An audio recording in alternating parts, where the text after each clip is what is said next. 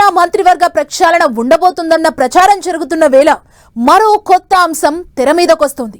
అమాత్య పదవి దక్కించుకునేందుకు ఎమ్మెల్యేలు పెద్ద ఎత్తున పైరవీలు చేస్తుంటే ఆల్రెడీ కేబినెట్ లో ఉన్న మంత్రులు మాత్రం కొత్త కోరికలు కోరుతున్నారట. ఇదే ఇప్పుడు హాట్ టాపిక్ అవుతోంది. తమ దగ్గర ఉన్న శాఖల విషయంలో అసంతృప్తిగా ఉన్న కొందరు మినిస్టర్లు వీటి మార్చండి ప్లీజ్ అంటూ అధిష్టానానికి విన్నపాలు వినిపిస్తున్నారని టాక్. ఇంతకీ ఎవరా మంత్రులు శాఖలు మార్చాలని ఎందుకు కోరుతున్నారు?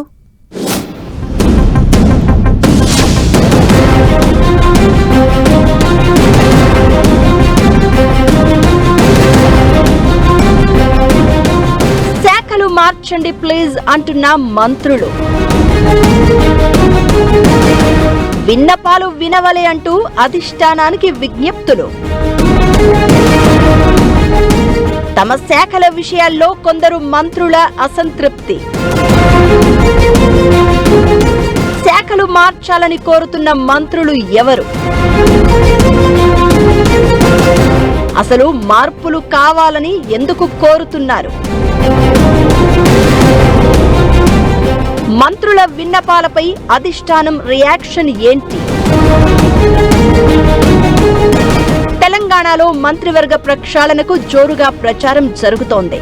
ప్రభుత్వం ఏర్పడి దాదాపు 2.5 ఏళ్లవుతోంది. దీంతో మంత్రివర్గంలో మార్పులు చేర్పులు చేయాలని కాంగ్రెస్ ఆలోచిస్తోందని తెలుస్తోంది. పార్టీ ఆప్షన్స్ తో పాటు పరిపాలనా సౌలభ్యం, సామాజిక సమీకరణాలు లాంటి వాటిని బేస్ చేసుకుని మంత్రివర్గ కూర్పు చేయాలని ఆలోచన చేస్తోంది. ఈ విషయంలో పార్టీ అధిష్టానం కూడా ఫోకస్ పెట్టిందని టాక్.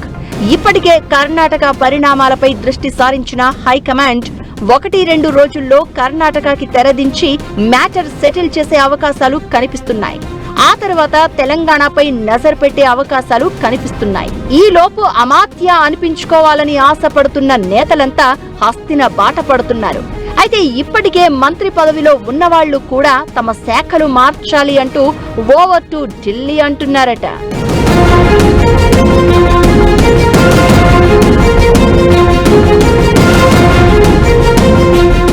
ప్రస్తుతం తెలంగాణ మంత్రివర్గంలో సీఎంతో పాటు 16 మంది కొలువు తీరి ఉన్నారు.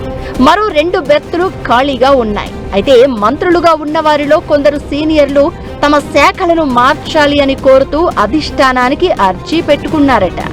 ఈ లిస్ట్ లో సీనియర్ మంత్రులు ఉత్తమ్ కుమార్ రెడ్డి, దామోదర రాజనరసింహతో పాటు డిప్యూటీ సీఎం భట్టి విక్రమార్క కూడా ఉన్నారు అనే ప్రచారం జోరుగా సాగుతోంది.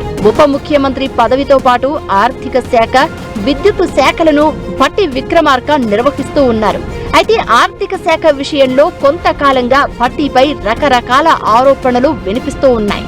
సొంత పార్టీలోనే కొందరు నేతలు ఓపెన్ గానే కామెంట్స్ చేస్తుంటే మరికొందరు ఎమ్మెల్యేలు ఇన్ డైరెక్ట్ గా భట్టిపై పార్టీ అధిష్టానానికి ఫిర్యాదులు చేశారట. ఇలాంటి పరిస్థితుల మధ్య తనకు ఫైనాన్స్ శాఖను తప్పించి ఇతర శాఖలు ఇవ్వాలని భట్టి కోరుతున్నట్లు తెలుస్తోంది.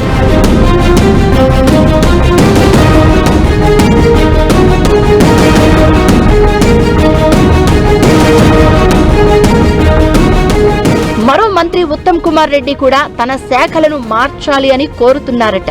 ఆయన దగ్గర ఇరిగేషన్, సివిల్ సప్లై డిపార్ట్మెంట్లు ఉన్నాయి. నీటి పారుదల శాఖ విషయంలో ప్రతిపక్ష పార్టీల నుంచి ఉత్తమ్ టార్గెట్ అవుతున్నారు. కాళేశ్వరం పనులు పెండింగ్ లో ఉండడంతో పాటు రాష్ట్రంలోని ప్రధాన ప్రాజెక్టుల పనుల విషయంలోనూ ఉత్తమ్ అసంతృప్తిగా ఉన్నారట. పరిస్థితి ఇలాగే కొనసాగితే తాను మరింత బ్లేమ్ కావాల్సి వస్తుందనే ఆలోచనలో ఆయన పడ్డారట. ధాన్యం కొనుగోలు అంశం కూడా సివిల్ సప్లై శాఖ మంత్రిగా ఉత్తమ్ను ఇబ్బంది పెడుతోందనే ప్రచారం నడుస్తోంది.